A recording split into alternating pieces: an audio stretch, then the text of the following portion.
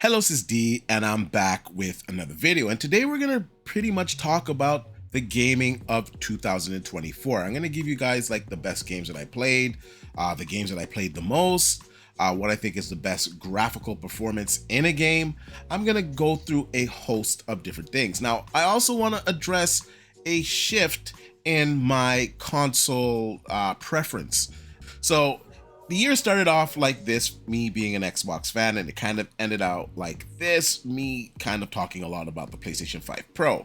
Now, I think it's fair that I go into a little bit of detail how this all came to be, because I have a lot of Xbox followers on this channel, and I have some that remained with me throughout the hard times. Now, I always say it like it is, and I just gotta be honest with you, some of the decisions that Microsoft made this year, I just didn't like it.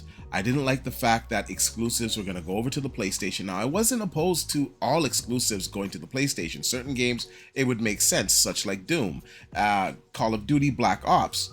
Indiana Jones is questionable. Now, we're hearing that Starfield is going to come. We're hearing that Forza is going to come. You know, Phil Spencer is talking about there's no red line when it comes to Halo. And I just kind of had enough of supporting the console. Now, that doesn't mean that I'm not going to support the Xbox games. I will continue to support Xbox games. I play games on PC through Xbox Game Pass, and I have access to every single Xbox first-party exclusive day and date on my PC. And the PC that I have, I'm running an RTX 4090, soon to be hopefully a 5090, and I think we'll probably talk a little bit about that before I get into the actual games that I played. But yeah, I have a very capable PC. So overall, it just makes sense for me to play my games on Xbox. Now, the PlayStation offered me an upgrade with the PlayStation 5 Pro, which gives me a good gap between console and PC. Now, traditionally, I kind of wait to get these Sony games on PC, and I have to wait like a year, up to 2 years. And I just don't want to have to wait. Now, sometimes I would just get FOMO and buy that game on the original console, and I just wasn't impressed with the fidelity modes that were running like ray tracing at 30 FPS, knowing that I have a PC with a 4090 that can run that at far greater settings, that can run it at a far greater frame rate. So I would end up playing the game like a quarter through, halfway through, and say, screw it, I'm just gonna wait till I get PC. So when the PlayStation 5 Pro was announced, I was extremely excited about it because it would bridge that gap for me where I could play those quality modes at 60 FPS with ray tracing on the PlayStation 5 Pro, and that's all I really need for their first party exclusive games. Now, the third party games, I would buy them on PC because of course it's going to look and run better there. My PlayStation was more for my exclusives for PlayStation that weren't available anywhere else. Now, my Xbox Series X was for my Xbox games, obviously, because I have Game Pass Ultimate, so I can play those games on that console as well. Now, I would play mostly sports games on the console. I would play some of these other games for comparisons for you guys, but I found myself just playing on the PC a lot more because these games were available on PC day and date on my 4090 rig. It just didn't make sense to play them on the Xbox console. Now, some Xbox exclusives had 30 FPS mode, so I definitely wasn't going to play that on the console. So the progression for me just playing all of my Xbox games on PC, it was more or less organic. Now, somewhere down the line, Xbox fans got really upset with me being critical on Xbox, and I'm always going to call it like it is. And I think that's where the shift kind of happened, where I just got tired of these Xbox fans. Not all Xbox fans, there's fantastic Xbox fans out there that are realistic, that like their console, that can give credit where credit is due, and some of them own a PlayStation as well. So I'm not talking about those fans. I'm talking about the fans that are just stuck in the Xbox console ecosystem and they see no wrong what Microsoft does. So I kind of had a shift towards them, and a lot of my grievances is with Microsoft and also with these fans for just accepting things the way they are and not asking Microsoft to do better or not to do certain things, just being okay with their games going everywhere and not realizing that that can affect the console's future. Because if the console doesn't have exclusive games, it's less of a reason to own that console. Now, next generation, we're hearing that they're going to beef up that console and it's going to play games fantastically. It appears to be like a PC, pretty much, just a more economical one, but I don't think it's going to be that cheap. I think it's going to be anywhere from $800 to $1,000 for that console. Now, they're probably going to tout it as the best place to play all of their exclusives, the best place to play third-party exclusives, but it's going to come at a price. Now, the PlayStation 6, it'll have the Xbox exclusives on it, most of them. It's going to have its own exclusives, and that just gives you less of a reason to own an Xbox. It's going to kind of shift people over to PC perhaps instead of getting an Xbox. So we're going to have to see how that plays out. So that's pretty much where I stand. Now, that doesn't mean that I'm going to be biased against Xbox games. I believe a good game is a good game no matter what platform it's on, and I'm going to rate it as such. So you can still come to this channel for content on Xbox games that is specific to the game. I'm not really going to be talking too much about the console, at least this generation's console. When they announce the specifications for a next gen console, then of course we will talk about that. But this generation console, it is what it is for me. I'm playing on Xbox PC and I'm just going to represent that. Now, Microsoft says that your PC is an Xbox, so I don't really see what the problem is. So with that being said, I also want to talk about the 5090 really briefly. Now, we're seeing some leaked prices come out for the 5090, anywhere from 2600 to 2400 USD. We're hearing the 5080 can be at like 1600 USD. Now, some of those prices for sure are just price holders. I don't think they're going to be the actual price.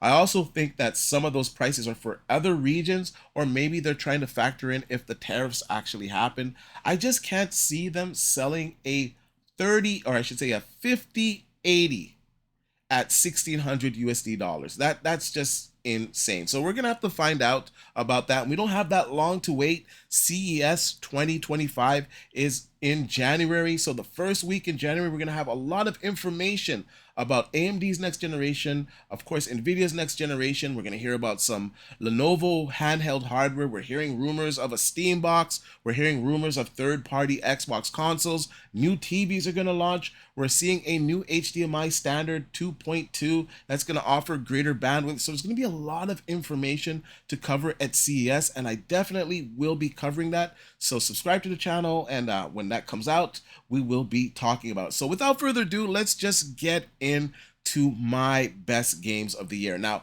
the game that I play the most, to be honest with you guys, and some of you guys might know this, some of you might not, and some of you are gonna laugh at this, but I play WWE 2K probably the most.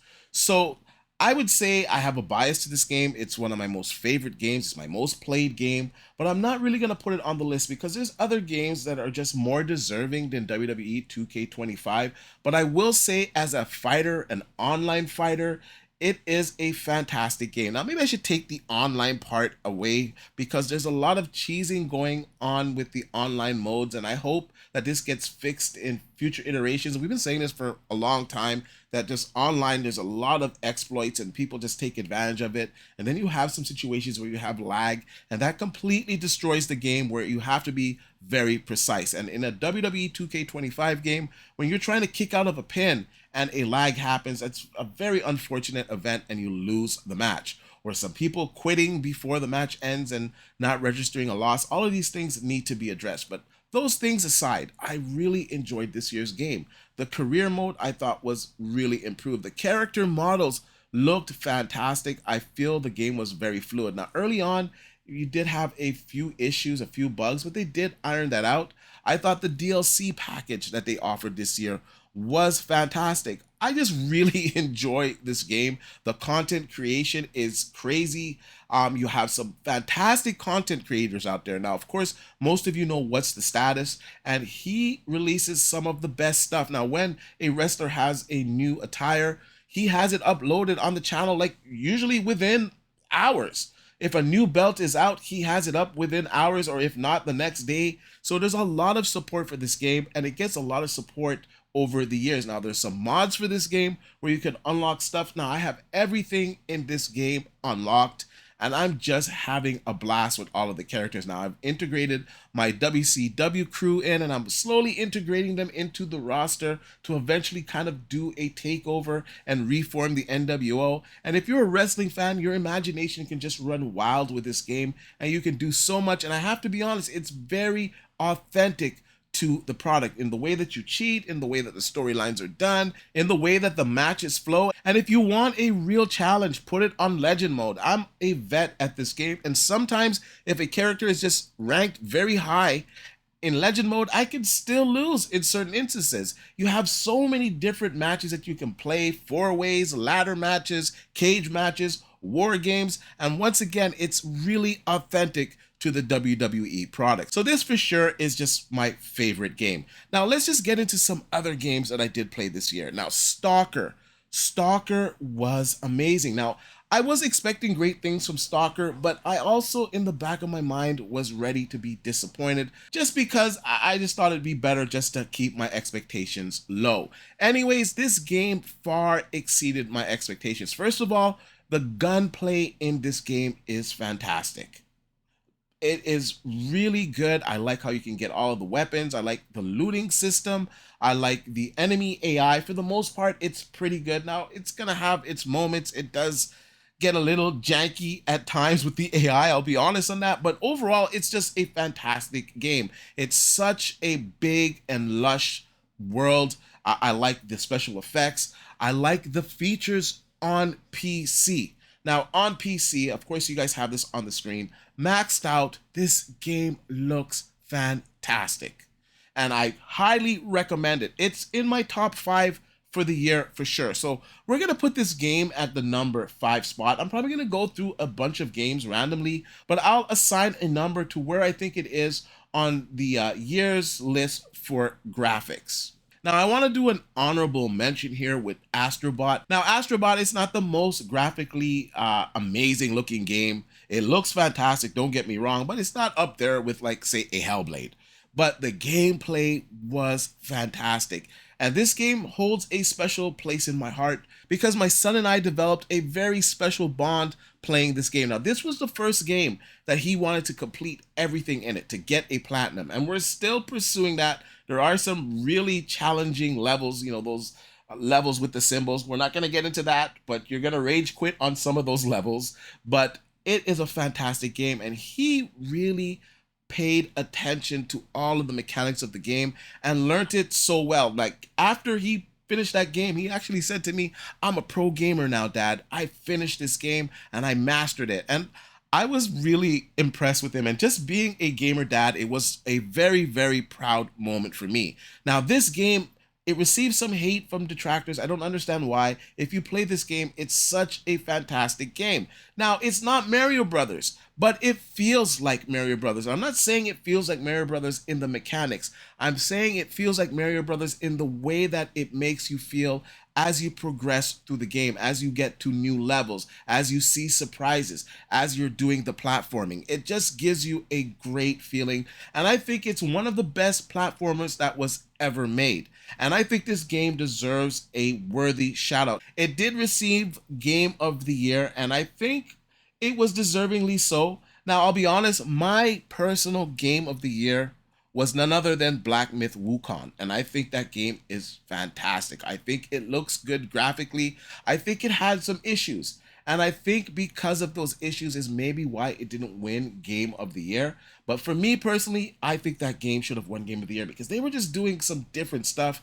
Where the studio came from, you know, it was running an Unreal Engine 5. It looked fantastic. Unfortunately, it didn't run so good on the base consoles. And I think all of these things probably contributed to why it didn't win Game of the Year. So I don't think there's any real loser here. I think if you have access to a PlayStation or the PC, I think you should definitely play Black Myth Wukan. And of course, if you own a PlayStation, Astrobot is a no-brainer. I have seen it go on sale, so try to grab it out the PlayStation Store. It's a fantastic game, especially if you enjoy platformers. Now, another game that I played this year, and I know it's going to shock some people, but like I said, I enjoy games. I don't care what platform it's on. If it's a good game, it's a good game. Even if I don't want to play it on the console, I will still give it credit where it is due. And that game is none other than Microsoft's Flight Simulator 2024. Now, this game is so fun. Now, the original Flight Simulator, I liked it, but it was very heavy on the flight sim. And I mean heavy on the flight sim and how you progress through the game and how you unlock different levels and different abilities. Now, Microsoft Flight Simulator 2024, from the get-go, you can do everything. You can fly a helicopter, you can fly airplanes, you can do challenge modes, you can do fighter jets. Everything is pretty much open up to you. Of course, it has a progression, but I'm just saying it just has a little bit more of an arcade feel to it. It still maintains the simulator elements to it. However, it's just a lot more fun to play. If I had to compare it to something else, I would say it's the Forza comparison to Forza Horizon. Now, Forza Horizon, it still keeps the elements of most of the sim stuff intact, but it's just a lot more fun to play. It has a more of an arcade gameplay to it. And I think that's what you get out of Microsoft Flight Simulator 2024. And it's also a Game Pass title. Now, I will say this about Game Pass this year. Game Pass, it was pretty successful this year for the amount of games that they put in there, at least towards the end of the year, that were quality. So I'm not complaining about my Game Pass service. I still love it, and I still think it's one of the best values in gaming. Now, Microsoft Flight Simulator, if I have to put it on the list, I'm probably going to put it in the 4th spot for graphics of the year. Now, another game that I played is probably not on most people's radar, but that was Undisputed. Now, Undisputed on the PC, it looks pretty good. Now, it's been a long time coming since we had a boxing game that we could play. And in fact, because of Undisputed, we're hearing that Fight Night, that EA Sports is going to go ahead and make another Fight Night game. They shouldn't have taken the success of Undisputed for EA to go back and give us another Fight Night. We've been asking for this for years. Instead, they give us Madden, they give us NHL, they give us all of these games that are pretty much the same year after year. Now, these sports games, instead of just giving us the same game year in and year out, update the roster. Make small little changes and just charge us a rate like DLC. I think you'd actually get a lot more sales, and I think gamers would be more receptive to the game. Now, I'm kind of getting off track here, but Undisputed, it's a fantastic looking game. I definitely recommend it. And I'm not going to put it on the best graphics list because I don't think it deserves to be there, but I think it deserves an honorable mention as it was a pretty good game and a lot of people might not know about it. Now, I was in from the early access, so I've been playing this game for quite some time. I haven't played as much as I probably should. I played WWE 2K way too much, but nonetheless, I do recommend this game and I think it was a fantastic game in 2024. Now, another game that I'm going to put on the list here is Silent Hill 2. Now, this game is creepy, and I don't know if you guys have played the original game, but the original game back in the day was terrifying. It was just out there. Now, you had, of course, Resident Evil at those times, but Silent Hill 2 took it to another level. It was another level of creep and gore that Resident Evil just wasn't doing at that time. And it was really in dark corridors. It was not very well lit.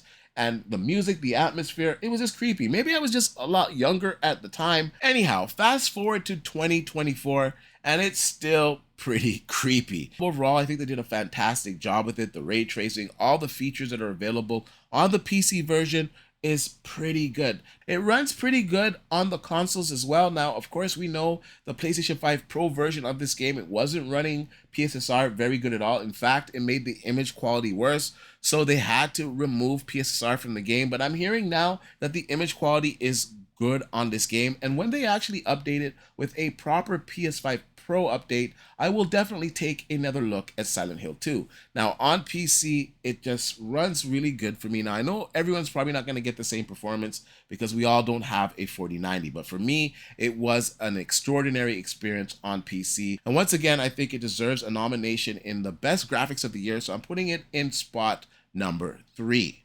Now, we're getting almost to the top here, and we're going to go through the list. Now, I'm just kind of seeing the games that I played this year and just trying to recollect my actual first impression and my experience with it.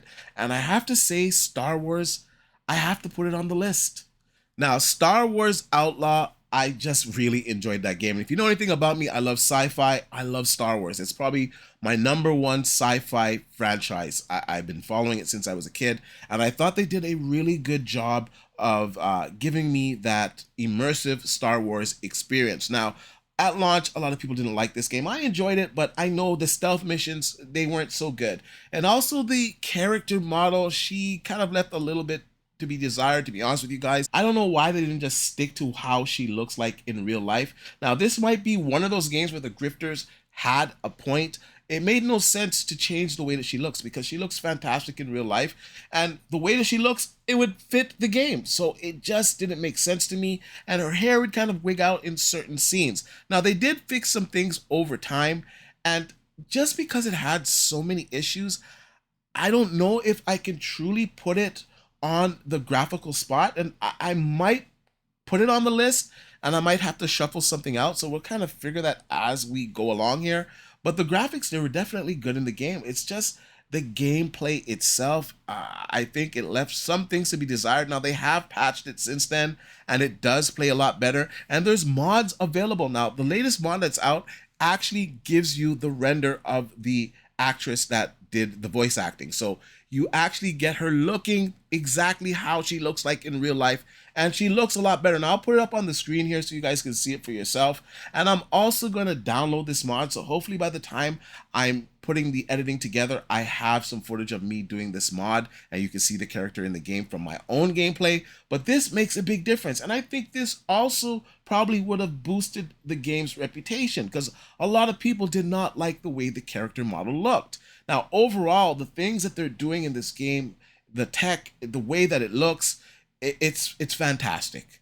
Snowdrop is one of my favorite engines. Everything that's in Snowdrop, it just looks fantastic. The Division, come on, the level of detail that's in the Division, at least on the PC version, is fantastic. So I am a big fan of the Snowdrop engine.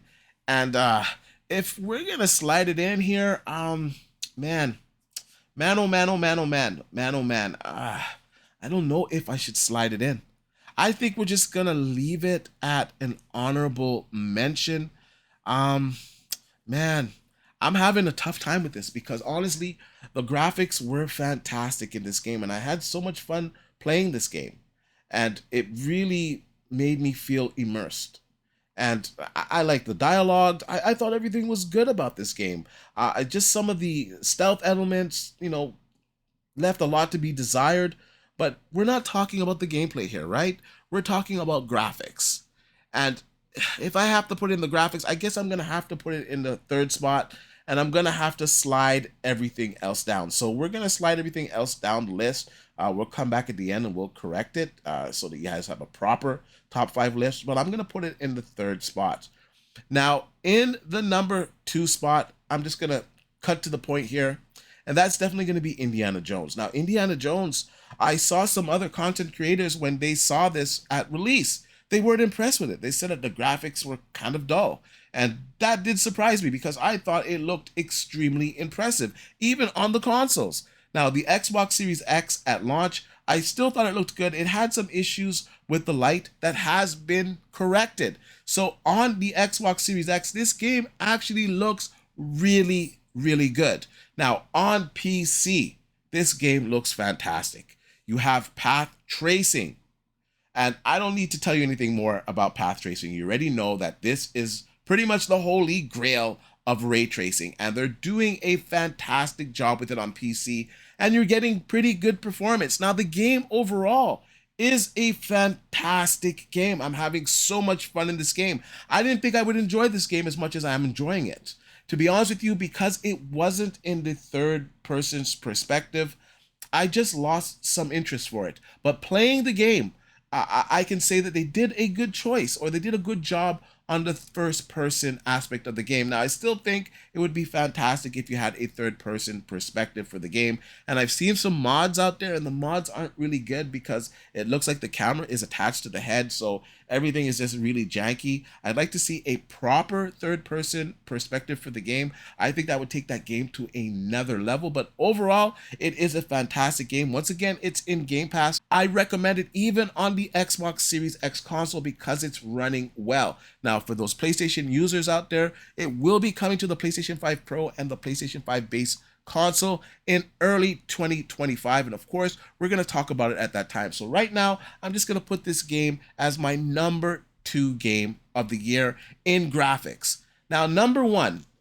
for me, and I just have to be honest here because I was just surprised that this game didn't get more awards for its graphical presentation. I'm talking none other than Hellblade 2. Now, Hellblade 2, as it comes to being a game, it was kind of an interactive experience. There wasn't a lot to do in the game. We have to be honest about this. And once again, when I'm honest about these things, a lot of, I should say, not a lot, but I should say a lot of the super fans, they come out and they get mad at me saying it's the game of the year, it's the best game ever, and all of this stuff. And they're just not being objectively truthful. It is the best looking game that I think I've ever seen. I definitely think it's the best looking game of 2024. I do not think it's the best game overall because the gameplay, it just wasn't really there. Now, you can enjoy the cinematic experience, you can enjoy the story, you can enjoy the graphics, but when we're talking about a game as a whole, all of the mechanics combined, it just wasn't much to it. Now, with that being said, graphically, it was the most impressive graphics I have ever seen in the game. The level of detail on PC was insane. The models, like when you're fighting, the level, the lighting, the level design, the sound design, her hearing the voices in her head, the swords clanking, all of the details when you're cutting off limbs. It was just so well done. It looked like CGI. And I believe that this game has to be rewarded for that. Because if we're not trying to push the boundaries of what graphics can look like in a video game, I don't think we're doing video games right. I think these creators, these developers should always be pushing the envelope. And when they push the envelope, I feel that they should be recognized. Because if they don't get recognized, then what's the point of pushing the envelope? And whether or not I have some issues with what's going on with Xbox doesn't mean that I can't be objective, doesn't mean that I can't give flowers where they are due. And for that, I have to award the best looking graphics of the year to Hellblade 2. Anyways, I want to know what you guys think about this. I know I kind of made this video a little bit longer than it needed to be. I hope when you guys watch this video though that you're able to take in everything that I said. I hope you guys will understand the choices and why I made them. So let's just round up the top 5 list once again because I made a couple revisions as we went along. And in the number 5th spot, I have it going to Flight Sim 2024. Number 4 for best graphics, I have it going to Silent Hill 2. Number 3 is Star Wars Outlaw. Number 2, we have Indiana Jones. And for best graphics, in my opinion, of the year, and I don't think this is really disputable, I don't see any game this year that had the visual fidelity that Hellblade 2 had, and I think that this game really deserved to win Best Graphics of the Year. Anyways, I want to know what you guys think about my top list. If you think there's some other games that should have been mentioned, let me know in the comment section down below. Like I usually say, please like, share, and subscribe to the channel. Have a happy holidays, enjoy your New Year's, and I'll see you guys on the next one.